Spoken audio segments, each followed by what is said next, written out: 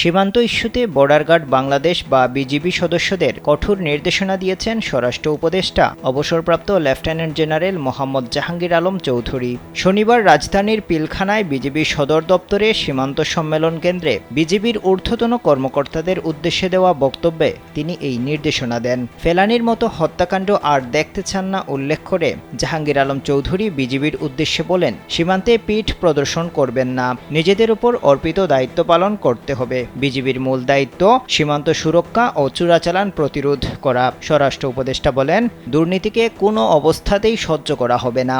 যারা ঘুষ ও দুর্নীতির সঙ্গে জড়িত তাদের বিরুদ্ধে কঠোর শাস্তিমূলক ব্যবস্থা নেওয়া হবে, প্রয়োজনে চাকরিচ্যুত করা হবে।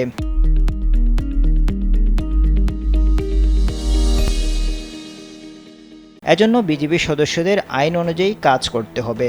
এ সময় তিনি বিজিবিকে পেশাদারিত্বের সঙ্গে নিজেদের দায়িত্ব সঠিকভাবে পালন করারও আহ্বান জানান। অনুষ্ঠানে বিজিবি মহাপরিচালক মেজর জেনারেল আশরাফুজ্জামান সিদ্দিকী সহ বিজিবি সদর দপ্তরের ঊর্ধ্বতন কর্মকর্তা এবং ভিডিও টেলিকনফারেন্স বা ভিটিসি এর মাধ্যমে বিজিবির সব region commander, sector commander, battalion commander সহ অন্যান্য কর্মকর্তারা উপস্থিত ছিলেন।